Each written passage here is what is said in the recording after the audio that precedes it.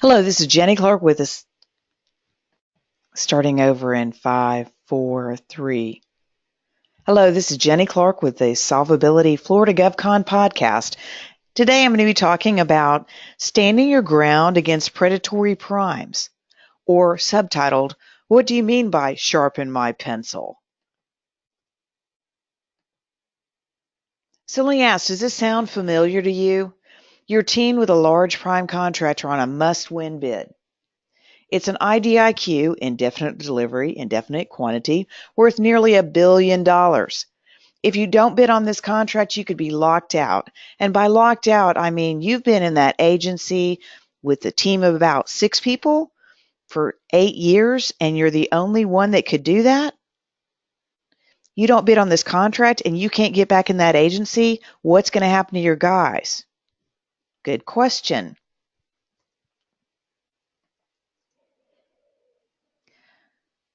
So when you're in these bid situations, there's a certain amount of tension that goes on, and it could be that you're dealing with Northrop or Lockheed or Raytheon or CACI or Booz Allen or Harris or Boeing or General Dynamics or Jacobs or any number of other large contractors.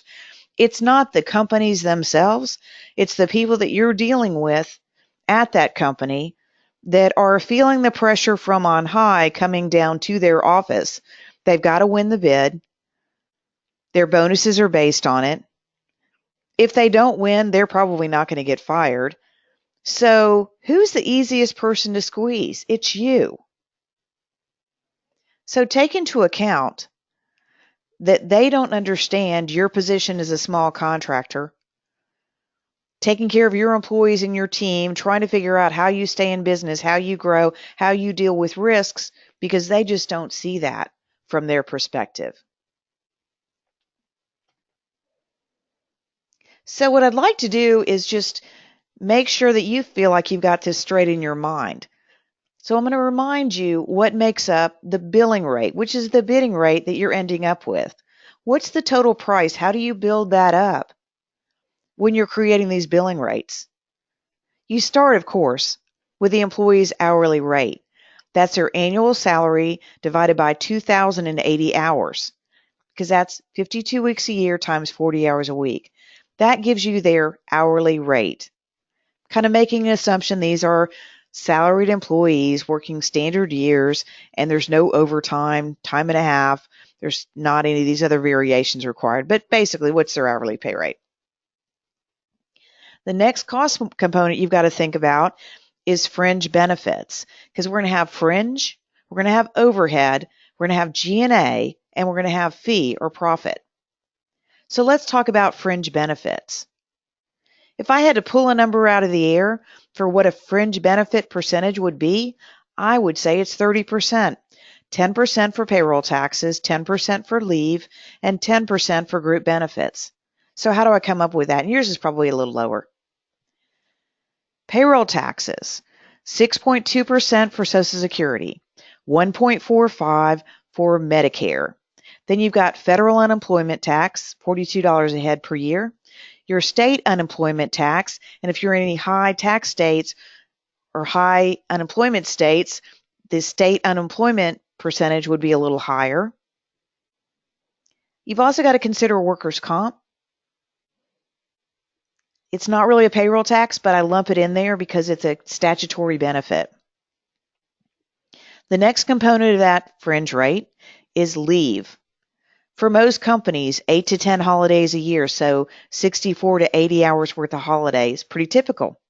Used to be 12, we're now down to 10. Most companies will start people off at 2 weeks a year for vacation and 1 week a year or sick leave. Many have combined it into just 3 weeks of annual leave. The pendulum's going back and forth on that. If you've got people with seniority, you're going to have more weeks of leave given to them, usually in the terms of vacation or paid time off. When I add it up, it's 80 hours of vacation and 160 hours worth of sick leave and vacation. 200 hours a year, 10%. 200 hours a year of leave divided by 2,080 hours in a standard year, 10%. So let's talk about group benefits. You're going to have health insurance. You might have dental, you might have life, you might have vision, you might have optional insurances. Those don't count in your rates because those are paid entirely by the employee. Frequently, though, you'll have 401k. The cost of the 401k is the matching of the 401k plan. When I add together all of those benefits, those are the costs that I have to consider. Now, yes, I could create another fringe package for a different group of employees. That's been done many times, not anything new about that. But your fringe package needs to be enough so you can retain those employees. Otherwise, they're just going to walk across the street, find out what they can get for the same job they're doing, but with higher benefits, and you've just lost what you thought was a good employee, and you're really starting over again. So let's talk about this, another component of the billing rate, which is overhead. Overhead is the support cost of your technical workforce. If we strip it to the minimum amount that you have in overhead when you're supporting somebody that's working in a client or government facility because you have no rent, you're at least going to have some recruiting costs to go find that person. Do you have a full-time recruiter? Do you outsource it? How do you do that? How do you find people that are truly qualified? How do you vet these employees? What about their clearances? How are you going to make sure they've got a clearance? How are you going to validate it? How are you going to keep up with it? You're going to have a facility security officer, an FSO, that will do all the paperwork. That's a cost. And then depending on the field that you've got them going into, if there are certifications or renewals that they have to do and you have to pay for to maintain their currency in that particular field, that's another cost. So overhead is not going to be zero. It's going to be a little more than zero for sure. With recruiting, you're going to have subscriptions to Indeed and clearance jobs and USA jobs and all of those other resources. LinkedIn's another big one that people use and to find the people that you really need. The last cost component of the billing rate, besides their hourly pay rate, their fringe, and their overhead, is G&A, general and administrative. Those are your corporate expenses. That's the cost of running the company itself. So the cost of the executive office, the cost of human resources, payroll, finance and accounting, who does the billing, how do we take care of all of these things. That's all G&A. You've got to cover those costs. And then the last component of that is actually profit or fee.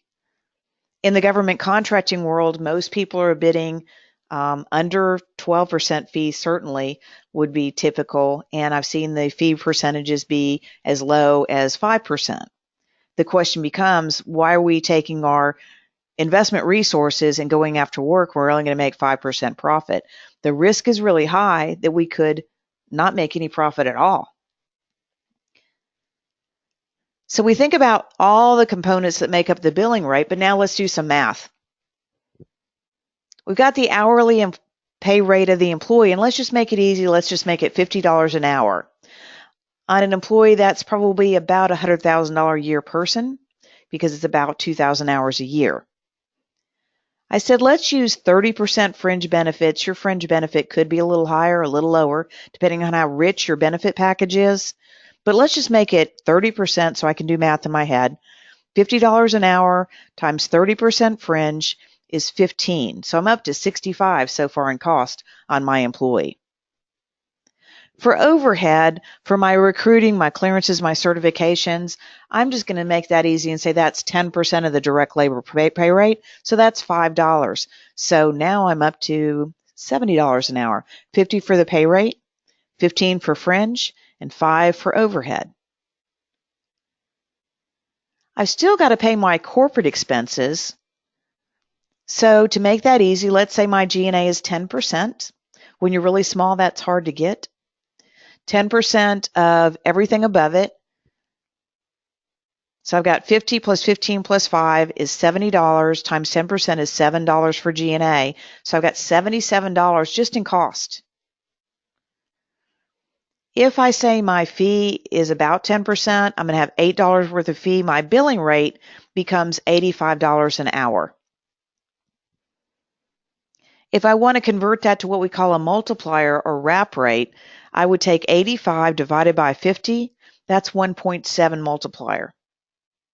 Now, what really gets me is when I talk to people and they'll say what the prime's expectation of their multiplier is, and I think I don't know how you do that. I don't know how you get to a multiplier anywhere below 1.5 and keep these people that you've got. I don't know how you do that.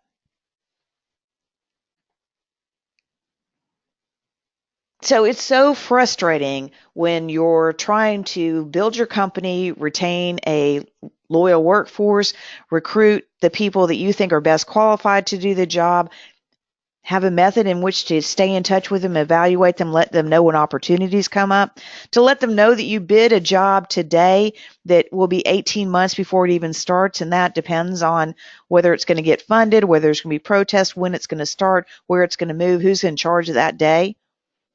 So the question is, what do you mean my rates are too high? How am I supposed to get cleared people to match those labor categories at those rates? And that's a pretty tough question. We all know we've been through LPTA, lowest price technically acceptable. I don't think it's gone away because they're still trying to push down the rates. And when you push down the rates, either the small business is not going to be able to cover its cost, or the rate reduction comes out of the employee pay. And you can only go so far with that and be successful. Small businesses, like any other government contractor, also has the pressure of the Defense Contract Audit Agency. You have to be able to back up the rates that you bid. You have to be able to show where you went to salary.com or whatever resources and came up with pay rates. You've got to be able to prove how you calculated fringe overhead and G&A. And even when you do have something sent over to DCAA and they'll say, yeah, that rate looks good, all they're usually saying is that rate is not so high that I don't believe it. Rarely will they tell you that rate is too low. I don't see how anybody could make money at that. As a government contractor, you've got to think about DCAA, Defense Contract Audit Agency. You've also got to be compliant with federal acquisition regulations, lots of rules on that. And the one that I'm thinking about right now is the DFAR rule that has to do with cybersecurity that everybody's got to comply to by the end of December this year. Large contractors are covered by what's called CAS, or cost accounting standards. You as a small contractor are CAS exempt. I think the threshold is like $7.5 million in contracts or something like that. I'd have to look it up. But nonetheless, as a small business, you're typically not CAS covered, although you will be asked by your primes all kinds of questions about, are you CAS compliant? And they don't really know what they're talking about. They don't really understand that you don't have to do it. They just heard it in a meeting or repeating it for you, just to scare you. So here's the question. Should I even bid? So if we win, let's say we win, we'll get the work, but then we have to compete for task orders, because remember, this is an IDIQ. And I'm just a sub for a task order on an IDIQ. Might be that I am in a different category, but nonetheless, I'll be chasing candidates that are willing to take a 20% pay cut. I'll have to wait out their clearance, transfer, and approval. Then I could have them poached by the prime or the agency itself. That doesn't make any sense to me. And the other part of it is I've got to carry those people on payroll for 60 to 90 days before I can get payment on my invoices. So let's say that I hire Bill and he works for the month of July 2017. I hired him on the 1st of July, the end of July. I paid him 2 paychecks because I'm semi-monthly. I can bill for that the first week of August. It's going to be the whole month of August, all of September, and into I guess October is the next month. It'll be October before I get paid. So that's what I mean by carrying them on the payroll for 60, 90 days. That means that I have to have line of credit or personal resources or factoring or asset-based lending in order to be able to finance that gap between payment and payroll. And my net profit as a small business, I might have bid 10%, but by the time I pay all the expenses that I've got, profit in a small business is about 5% in the federal contracting world. So the question remains, should I even bother to bid? And I would love to have a discussion with you if you've run into these types of situations yourselves and have questions. I hear a lot from different people because Everybody tells me these things, and I get them mixed up about who said what because it's pretty much the same story over and over. They called and want us to cut our rates. I don't know what to do. So in any case, I hope you got a chance to learn something from our session today about the pressures on small business and the basics of the math so that you can confirm for yourself that you're not crazy. Go back through it. So this is Jenny Clark with Solvability, and I did want to mention that we have now introduced an online version of our DCAA compliant QuickBooks Bootcamp, and we have other advanced programs that are one-on-one for companies that are trying to learn the ins and outs of federal contracting. You can work with me, and our specialty is on the accounting and pricing, all the GovCon math side. So I hope you enjoyed today's session. If you did want to reach me, my email is jwclark@solvability.com. That's SOLV and the word ability.com. You can also find me on LinkedIn under Jenny W. Clark. Thanks for listening.